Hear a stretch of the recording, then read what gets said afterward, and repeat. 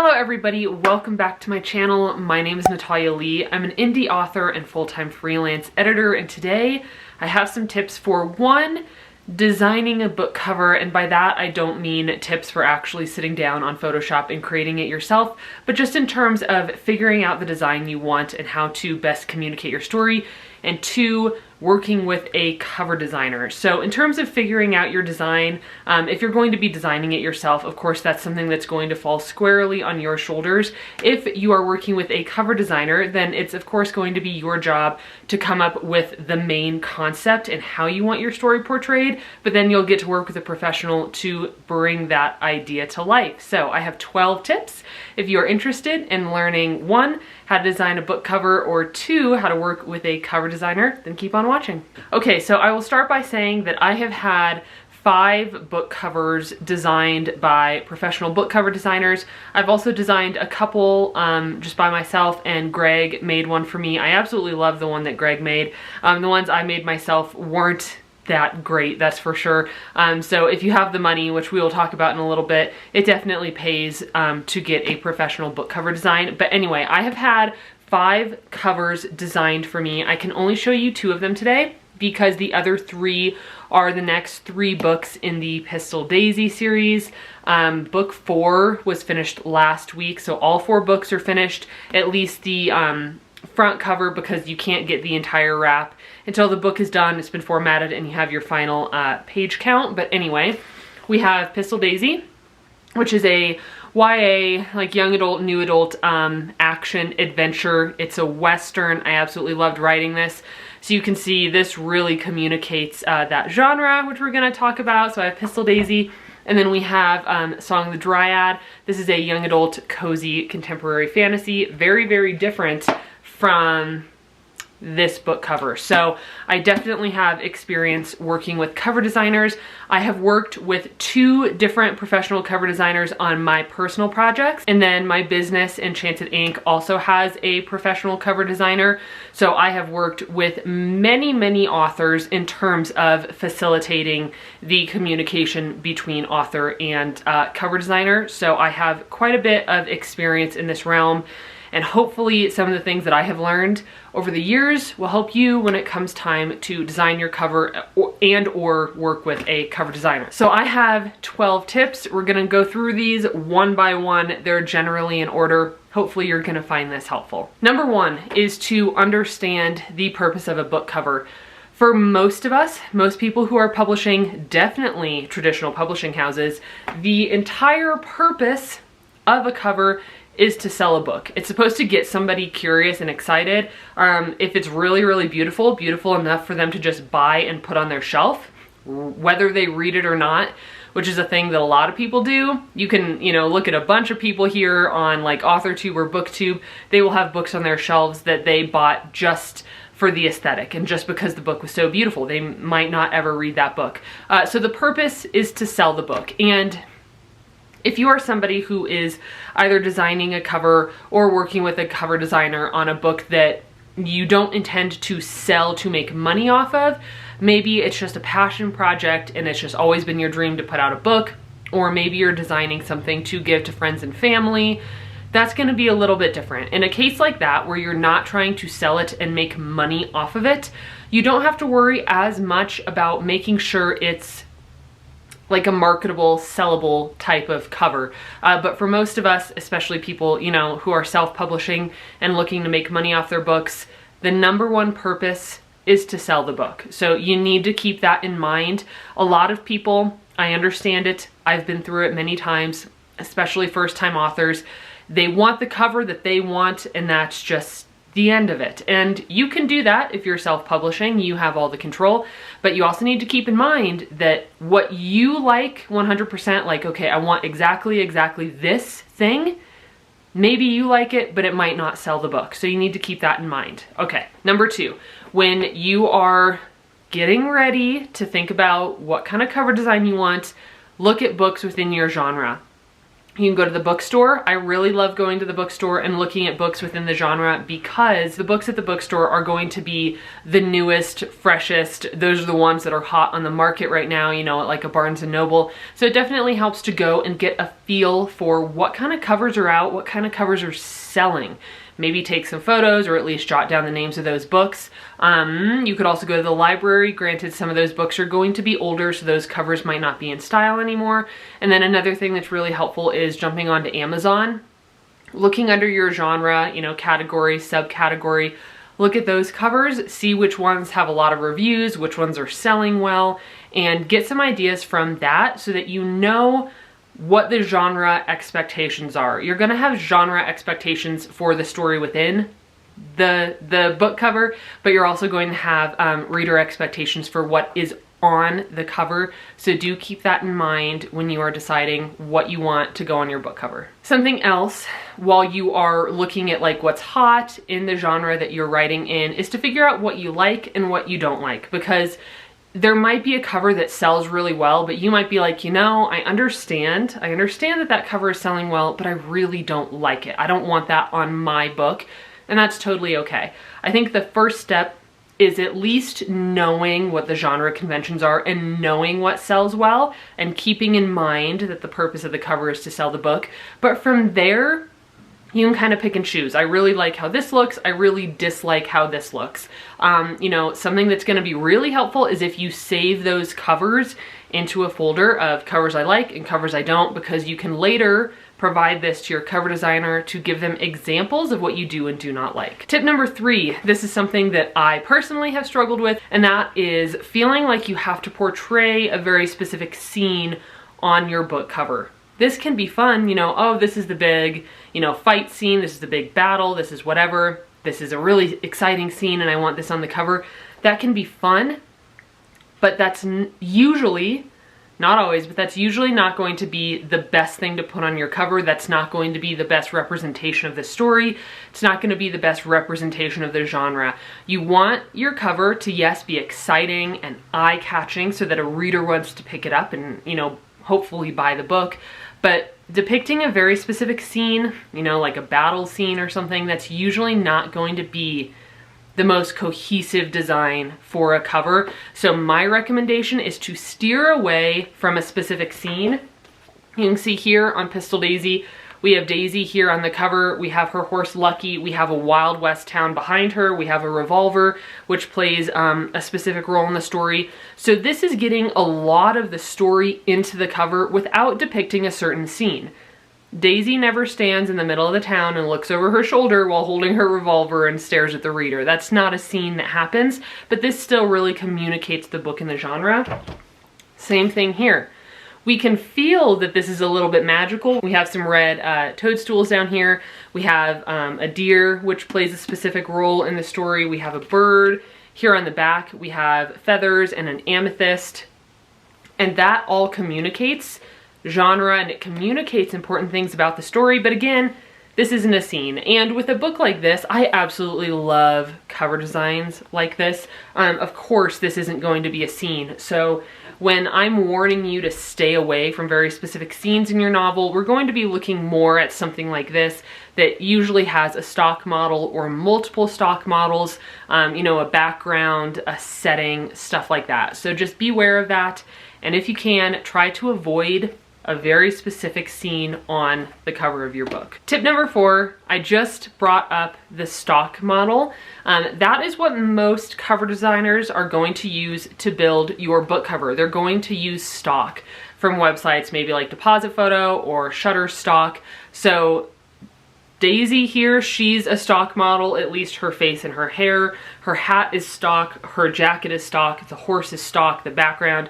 So your designer is finding all these different stock photos, they're editing them and compiling them into a photo manipulation, like a composition, right?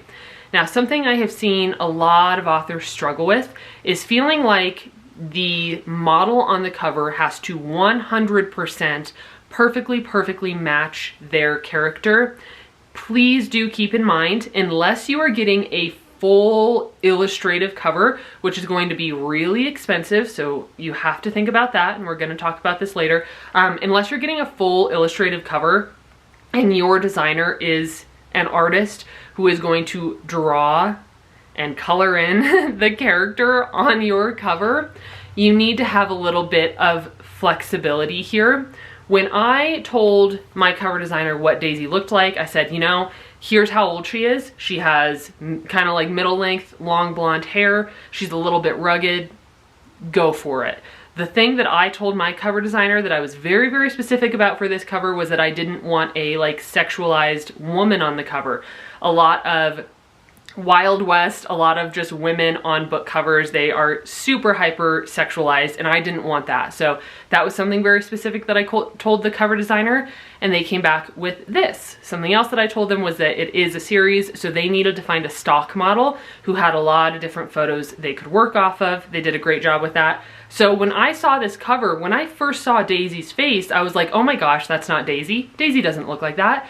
But then I had to keep looking at it and reminding myself, Daisy is a character in my book, and she doesn't need to look exactly specifically the way that I was picturing her in my head. It's not necessary. You know, oh, Daisy's hair is supposed to be brick straight, or Daisy's hair is supposed to have this type of wave to it, or her eyes are supposed to be slanted like this, or they're supposed to be closer, or her nose is supposed to be this way. Like, it's okay to have all those details in your book. That's wonderful, and it's great to build your character that way. But you do need to be a little bit realistic with the character on the front of the book. You want to get it as close as you can, but keep in mind, unless you're having it illustrated, your cover designer has to work off of stock.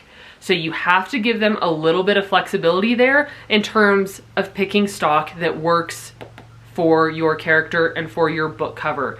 Wanting it to look 100% exactly the way you pictured your character in your mind is not going to work out most of the time. But like I said, when I first saw this, I was like, hey, I don't think Daisy looks that way. But the more I looked at it, the more I fell in love with it, and this became Daisy. And I absolutely, absolutely love the model they chose for this. It'll make it easier on you, and it's gonna make it way easier on your cover designer to find stock that's going to fit on your book. All right, tip number 5, if you're working with a cover designer, so we're kind of transitioning into that now, is to know your budget. You need to know what you can realistically spend on a cover. All designers have different prices. Prices range across the board. You can get, you know, $800, $900 covers, and then you can get $50, $100 covers. So just know your budget, because the next tip number 6 is to start looking at different portfolios. So you want to know what your budget is, and then you want to start looking at portfolios.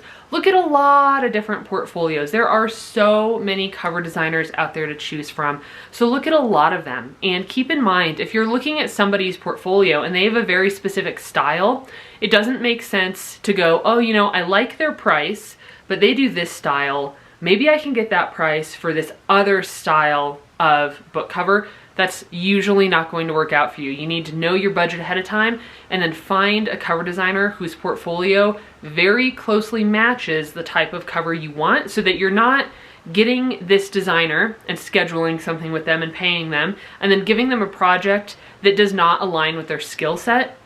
You need to pick an artist who has a skill set that fits. Hi, honey. Hi. You need to pick an artist with a skill set that fits what you want on your book cover. All right, tip number 7. Tip number 7 is to reach out in advance. Many cover designers, especially good cover designers, it's gonna be the same way, you know, with editors, good editors, book up in advance. Editors and cover designers typically book out months in advance. Some even book out a year in advance. So start doing this early. You do not wanna wait until you're like, okay, I wanna publish in 2 months. Maybe it's time to start looking for my cover designer. You want to start this process early, and you can definitely start way, way, way early.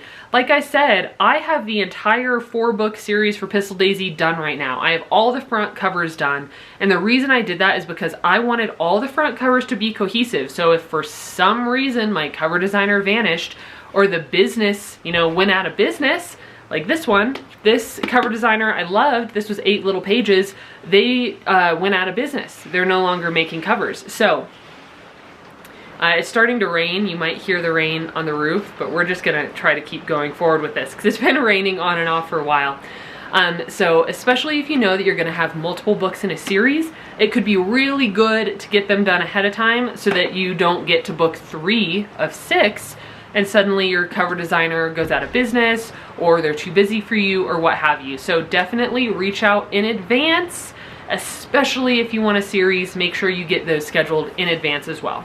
All right, tip number 8 is to fill out your design brief. And most, if not all, really all cover designers, professional cover designers, should have some sort of survey or design brief for you to fill out. And this is the place where you're going to tell them exactly what you want on the cover, you know, how you want your name spelled, what the title is, the subtitle, any like taglines that you want on the front. This is where you're going to give them examples of book covers you really like, maybe examples of book covers that you really don't like. You're gonna tell them about your genre and your audience. This is where you're gonna give them all of your ideas, all of your well thought out, cohesive ideas, because by this point, you've already gone to the bookstore or the library, or you've gone to Amazon. You know what kind of cover you want. You've picked a designer who works with that type of style.